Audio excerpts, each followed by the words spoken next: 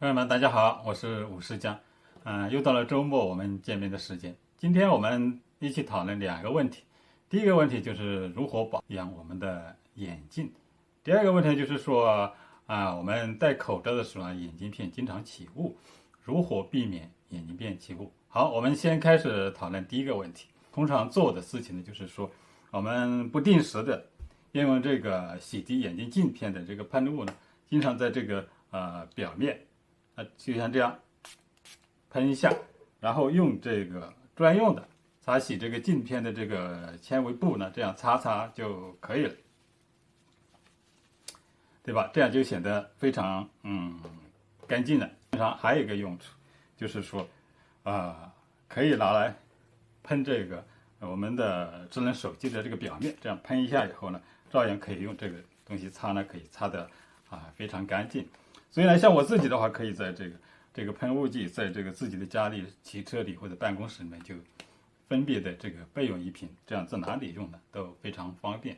这样一用了以后呢，就是说我们的眼镜或者眼镜片不用每天擦，或者几天擦一次，就是说就可以了。但是呢，问题是就是说我们平常呢，不管是这个洗涤剂、洗涤液还是这个布而言呢，通常呢我们都没有带在身边。这是一个问题。所以呢，就是说我们的眼镜片经常用这个卫生纸或者用这个手巾来擦，擦的结果呢，就使得这个镜片表面有很多这个刮痕，这样一来呢，镜片呢就更容易脏。这就是说，嗯、眼镜片的问题。那么更容易脏，我们更希望擦，这样就擦的次数越多，一天呢擦好几次，也擦不干净。所以呢，换眼镜，像我按个人经验呢，就是说3到5年换一次，是非常正常。它的频率呢，跟我们换这个，电脑就时间呢，很相近。一个呢，我们的视力改变是吧？第二个，眼镜用时间长了也需要换。这是，但是呢，我们平常呢，工作当中、生活当中很容易把这个眼镜搞坏。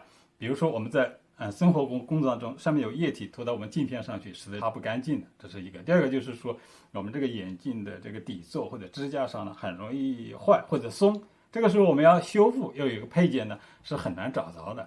这个时候我们最好呢是回到我们买眼镜的眼镜店去做。那么我呢就是这样做的。朋友们可能会问的，那么你这样去每次到眼镜店去享受这样的服务，实际上你不是花钱吗？叫我们去花钱买了这个服务吗？实际上呢不是这样的。通常而言呢，这个我们买眼镜都在眼镜的专卖店，那么它呢是一个连锁店。那么你这一个国家以内，只要是一个眼镜店卖的，你在它的连锁店里面，他们都会给你这个服务的，也就是售后服务的，并且呢，按照我的感觉，一般的售后服务呢，他们是不收费用的。比如说我感觉到的一个是对眼镜片的这个清洗，螺丝松了松紧一下，哪怕这个鼻子上面靠的那个塑料的支架少了一个，他们贴上去，或者镜片一个小的刮痕，他把你这个磨2下抛光，这个呢是很正常的事情。所以呢，就是说我是怎么做呢？到摸里面去，如果没有事情的时候，就把眼镜呢放在这个眼镜店去放这个20分钟半小时，然后再回去拿呢，他们就完全做好。我的理解是，他们很乐意、很愿意为自己的客户呢做这样的售后服务。很多朋友呢可能不知道这样的服务是免费的，所以就不愿意去了。想到这样的服务呢，一定是很贵，实际上是不然的。我有一次经历的这个记忆特别深，就是到美国出差，我发现我的眼镜的牌子怎么在美国有一个店，那么刚好我的眼镜架显得很松，我就进去，能不能帮我紧一下？他说一下就能从电脑里面查出来我是某年某月某日在，所以呢，他们就免费的对眼镜呢进行维护，使我感觉到呢非常满意。所以呢，就是说眼镜和其他的东西一样，它连锁店对售后服务还是非常负责任的。假如你的眼镜是没有问题的，实际上呢，我也建议半年或者最多1年到眼镜店去一次，把眼镜彻底的清洗一次，这样对你自己、对你的眼镜呢，都是有好处的。对我来说呢，我每次就向这个眼镜店呢索取3份的洗涤液或3片呢擦眼镜的这个纤维布，这样呢我可以在不同的地方使用。在我记忆当中呢，就是说每次如果1瓶或1个布呢，他们是免费的。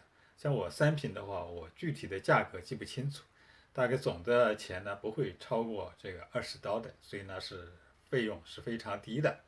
我的眼镜呢到现在为止呢，就是说有30年多点的时间，我始终按照这种方式进行。大家也许有其他更好的方法，那么可以在下面留言，我们可以一起讨论。所以第一个我跟大家交流说我是怎么样这个使用和维护我的这个眼镜的。第二点呢，就是说讲的，尤其是现在这个病毒比较泛滥的时候，我们经常需要戴口罩，为了自己的健康，为了自己的这个卫生。另外一些人呢，实际上戴口罩的人群呢比例还是比较高的，主要为了工作。那么对我们戴眼镜的人呢，实际上是一个很大的挑战。也就是说，戴口罩以后，我们这个呼气进去到眼睛里面，经常这个有雾，这样使得我们的眼睛上面起雾。那么如何防止呢？显得非常非常的重要。我在去年11月份的时候，也就是在这病毒广泛的散播之前呢，我拍过一个视频，那上面呢讲的更加的详细。我在这儿呢就跟大家演示一下。那么我觉得比较合适的戴口罩的时候眼睛边起雾是怎么样避免的。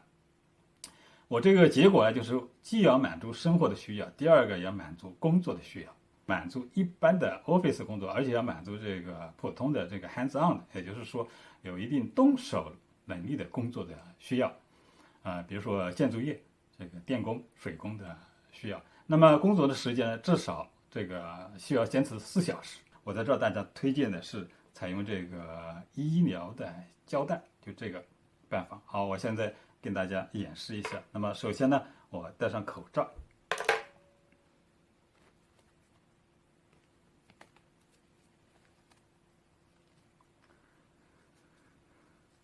这个就是我们戴上口罩的普通的方式。这个音速条，我们手按一下，它就跟我们鼻子很服帖的贴在一起了，对吧？